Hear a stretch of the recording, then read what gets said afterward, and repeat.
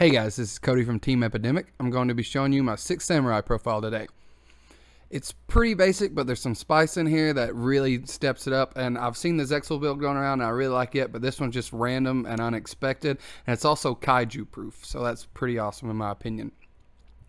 You start off with your 3 Kageki, your 3 Kizan, 2 Kizaru, I don't think 3's needed, 2 blue, 2 red, 1 Hatsume, 1 Grandmaster, 1 Fuma, and 1 Shiin Squire. You can do 2 Fuma just to rack up more counters, but I use Shiin Squire to build Naturia Beast and Naturia Barkion for your Sky Striker and Altergeist matchup, but you can swap that out and free up 2 spaces in your extra deck as well.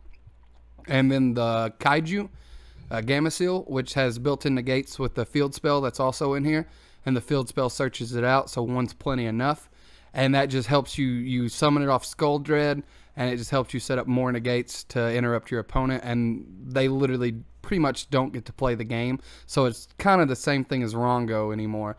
But 1 Upstart Goblin, 1 Day of Peace, 1 Reinforcement of the Army, 1 Gateway, 3 of your Shiin Smoke Signal, 3 Six Sam United, 2 Shiin's Dojo, 1 Monster Reborn, 2 Cursed Bamboos, 2 Golden Bamboos, 1 Broken, 1 DDR, 1 Moon Mirror Shield, 1 Divine Sword Phoenix Blade, and I tried to pick equip spells that if you open up with them, you can still play through them. Living Fossil is also a really good one if you wanted to work that in, maybe cut Kageki down to 2 since it's so searchable.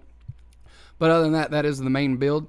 The main thing is you just Skull Dread into your Waterfront, activate it, and then the more you link away, it gets counters on it. When it gets 3 counters, you can search out your Gamma Seal, then you special summon that from Skull Dread's effect, and you it racks up to 5 counters so fast. That's already 2 negates, but every time something goes to the graveyard, it puts another counter on it, and if it goes to be destroyed, you just remove a counter, so the field spell can't even be taken away, and they can't kaiju your kaiju, so unless they have spear modes or lava golems, you're pretty much set, and they can't get past what you set up.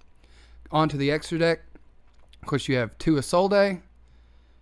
I have 1 Akashic in here, just because I have 2 Skull Dreads just for budget. You can take Akashic out and just put in a 3rd Skull Dread, but if you only have access to 2, you can just make Akashic underneath your 2nd Skull Dread, and it bounces it back, and then you just make it again. And I actually did that one of the replays just to show how easy it was.